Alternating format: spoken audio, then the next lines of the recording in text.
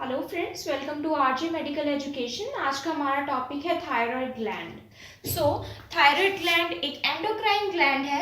ये hormone secrete करती है एंड ये बटरफ्लाई शेप की होती है। इसकी जो शेप है तितली के जैसी है, बटरफ्लाई जैसी, आप डायग्राम में देख सकते हैं। लोकेशन ये कहाँ पर प्रेजेंट है, कहाँ पर लोकेटेड है? In front of लैरिंग्स। ये है लैरिंग्स। लैरिंग्स के सामने ये प्रेजेंट होती है थायराइड ग्लैंड, ये जो रेड कलर की है।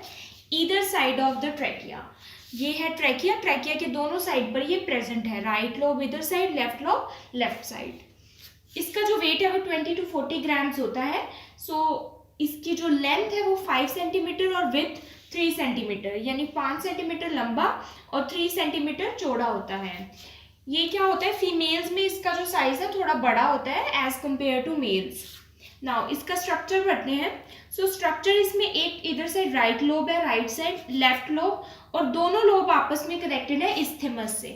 ये स्ट्रक्चर में आप देख सकते हैं, ये राइट लोब, ये लेफ्ट लोब, एंड आपस में ये कनेक्टेड है इस्थेमस से। एक स्ट्रक्चर है, उसको कहते हैं इस्थेमस।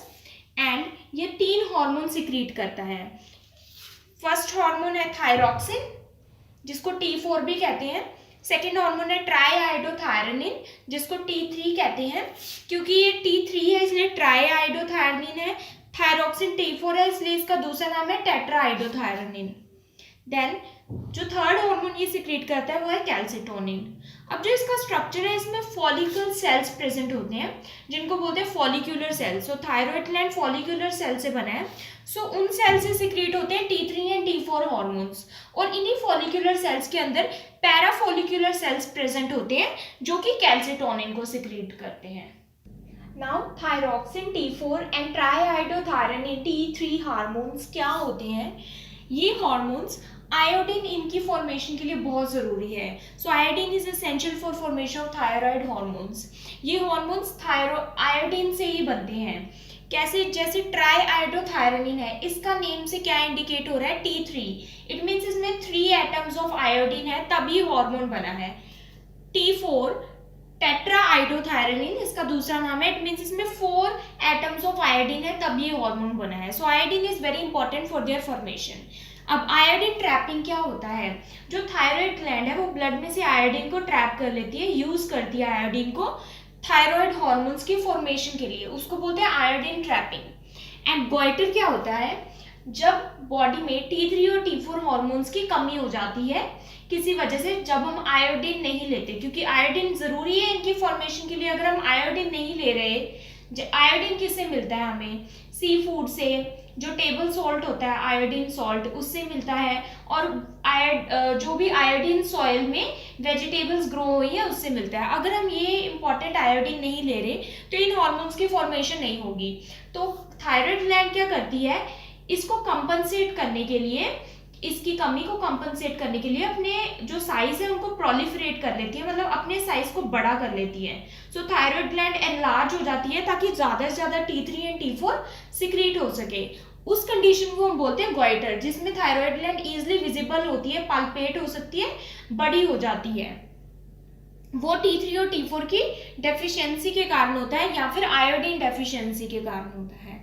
देन अब हम इसके फंक्शंस पढ़ेंगे T3 एंड T4 की क्या है। फर्स्ट फंक्शन इसका इंक्रीज बेसल मेटाबॉलिक रेट। जो मेटाबॉलिज्म है बॉडी में वो इंक्रीज कर देती है ये बेसल मेटाबॉलिक रेट, ताकि सेल्स जो है ज़्यादा से ज़्यादा एनर्जी को यूज़ कर सके। जो भी हमने खाया पिया है उससे जो भी एनर्जी प्रोड्यूस हुई है उसको कहते हैं मेटाबॉलिज्म।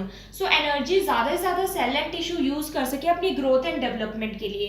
ये कर देती है, इंक्रीज कर देती है मेटाबॉलिज्म को, एंड हीट प्रोडक्शन इंक्रीज हो जाती है मेटाबॉलिज्म से। सेकेंड है regulate metabolism of carbohydrates, proteins and fats. जो कार्ब्स हैं, प्रोटीन्स एंड फैट्स हैं, इनकी सिंथेसिस को इंक्रीज कर देती है। प्रोटीन सिंथेसिस को इंक्रीज कर देती है ताकि एनर्जी अवेलेबल रहे सेल्स के लिए। कार्बोहाइड्रेट्स को ब्रेक डाउन कर देती है ग्लूकोज में। ग्लाइकोजन जो हमारी बॉडी में स्टोर होता है उसको ब्रेक डाउन कर देती है ग्लूकोज में, दोबारा से कन्वर्ट कर देती है, ताकि ग्लूकोज ब्लड में हमेशा बना रहे in the form of energy, और सेल्स उसकी ग्रोथ एंड डेवलपमेंट के लिए यूज कर लें। फैट्स को फैटी एसिड्स में ब्रेक कर देते हैं ताकि fatty acids in the form of energy available रहे सेल्स एंड टिश्यूज की डेवलपमेंट के लिए। थर्ड है normal growth and development of nervous system and skeleton. Nervous system और स्केलेटन मसल्स की डेवलपमेंट के लिए बहुत ज़रूरी है, क्योंकि ये मेटाबॉलिज्म करती है। मेटाबॉलिज्म से एनर्जी मिलती है सेल्स एंड टिश्यूज को, इसलिए नर्वस सिस्टम और स्केलेटन की डेवलपमेंट एंड ग्रोथ के लिए T3 एंड T4 बहुत ही इंपॉर्टेंट है।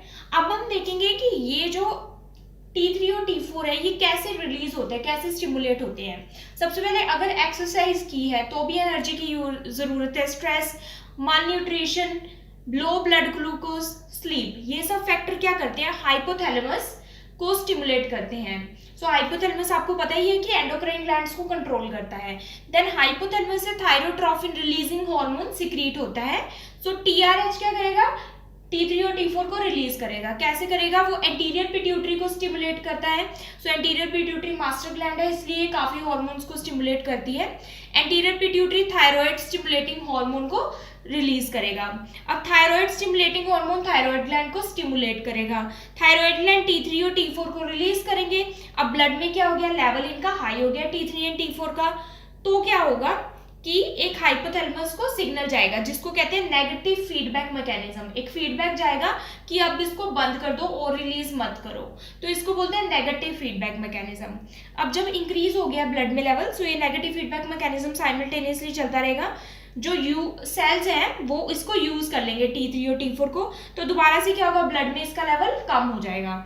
जब कम हुआ तो दोबारा से स्टिमुलेशन जाएगी हाइपोथैलेमस को कि और रिलीज करो जब तक एक्शन कंप्लीट नहीं होता। इसको बोलते हैं positive feedback mechanism. So blood में T3 और T4 के लेवल पर डिपेंड करता है कि T3 एंड T4 हार्मोन कितना और रिलीज होंगे। अगर ब्लड में इंक्रीज लेवल है, इट मीन्स और जरूरत नहीं है हाइपोथैलेमस को, नेगेटिव फीडबैक मैकेनिज्म जाएगा, दैट इनहिबिट एंड स्टॉप कर दो इसको। अगर डिक्रीज लेवल है, इट मीन्स और जरूरत है, तो पॉजिटिव फीडबैक मैकेनिज्म जाएगा हाइपोथैलेमस को कि और रिलीज करो। नाउ कैल्सिटोनिन जो थर्ड हार्मोन थायराइड ग्लैंड से रिलीज होता है, उसका फंक्शन क्या है, first of all secreted by parafollicular cells. जो पैराफॉलिक्यूलर सेल्स थायराइड ग्लैंड के अंदर प्रेजेंट होते हैं वहां से सिक्रेट होता है। इनका दूसरा नाम है सी सेल्स भी इनको बोलते हैं। अब कैल्सिटोनिन नाम से पता लग रहा है कि कैल्शियम से कुछ रिलेशन है इसका। सो इसलिए ये क्या करता है, ब्लड में कैल्शियम का लेवल अगर रेज हो गया है, मीन्स ज्यादा हो गया है, तो उसको लो करता है। अब दो तरह से ये ब्लड में जो कैल्शियम लेवल इंक्रीज हो गया उसको लो करता है। कैसे, एक तो जो बोन्स है उसमें ये स्टोरेज को बढ़ावा देता है। अगर ब्लड में ज्यादा है लेवल तो ये बोन्स में शिफ्ट कर देता है कैल्शियम को, बोन्स में इनको स्टोर कर देता है कैल्शियम को। सेकंड कैसे करता है ये कि जो रीनल टिब्यूल्स हैं, सो ये रीनल टिब्यूल्स हैं, इनमें इनका रीएब्जॉर्प्शन को बंद कर देता है। कैल्शियम जो है अगर किडनी टिब्यूल्स में रीएब्जॉर्ब नहीं होंगे तो क्या होगा, ये यूरिन में एक्सक्रीट आउट होंगे ताकि जो ब्लड में इनका लेवल है वो कम हो जाए। सो एक फर्स्ट है कि बोन्स में स्टोरेज को इंक्रीज कर देता है कैल्सिटोनिन कैल्शियम की, एंड सेकंड है जो रीनल टिब्यूल्स या किडनी टिब्यूल्स हैं वहां पर इनकी रीएब्जॉर्प्शन को बंद कर देता है। नेक्स्ट है पैराथायरॉयड ग्लैंड जो कि अनदर एंडोक्राइन ग्लैंड है। ये पैराथायरॉयड ग्लैंड थायरॉयड ग्लैंड के पीछे प्रेजेंट होता है, मतलब जो बैक सरफेस है, पोस्टीरियर सरफेस है थायरॉयड ग्लैंड का, उसके पोस्टीरियर सरफेस यानी बैक साइड पर प्रेजेंट होती है पैराथायरॉयड ग्लैंड, इसलिए इसका नाम है पैराथायरॉयड। ये 4 इन नंबर्स होते हैं, 4 नंबर है ये, 4 parathyroid gland very small size के होते हैं ये। और राइट लोब में 2 पैराथायरॉयड ग्लैंड एम्बेडेड है, लेफ्ट लोब में 2 पैराथायरॉयड ग्लैंड एम्बेडेड है, इसलिए 4 है नंबर में। इसका जो वेट है हर ग्लैंड का, ईच पैराथायरॉयड ग्लैंड का 50 मिलीग्राम इसका वेट होता है।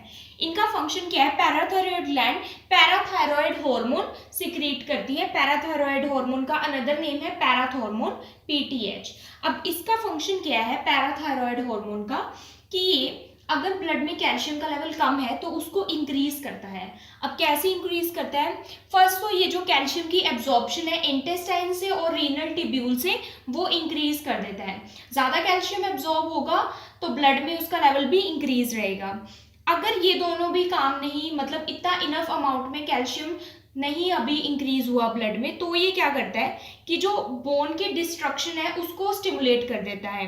बोन की डिस्ट्रक्शन ऑस्टियोक्लास्ट सेल करते हैं, सो ऑस्टियोक्लास्ट सेल स्टिमुलेट हो गए तो बोन डिस्ट्रॉइंग सेल्स ऑस्टियोक्लास्ट होते हैं जो कि बोन को डिस्ट्रॉय करने लग जाते हैं। बोन डिस्ट्रॉय होगी तो उसमें से बोन में से कैल्शियम रिलीज होगा। सो कैल्शियम जो है ब्लड में उसका लेवल इंक्रीज हो जाता है। सो पहले जो मैंने कैल्सिटोनिन पढ़ाया था और पैराथायरॉयड हार्मोन जो अब पढ़ा है, ये दोनों ऑपोजिट एक्शन करते हैं। पीटीएच क्या करता है, कैल्शियम के लेवल को इंक्रीज करता है ब्लड में, और कैल्सिटोनिन क्या करता है, कैल्शियम के लेवल को डिक्रीज करता है। अगर ये वीडियो आपको समझ आई so please like, subscribe and share my channel, and please do support women empowerment. Thank you for watching.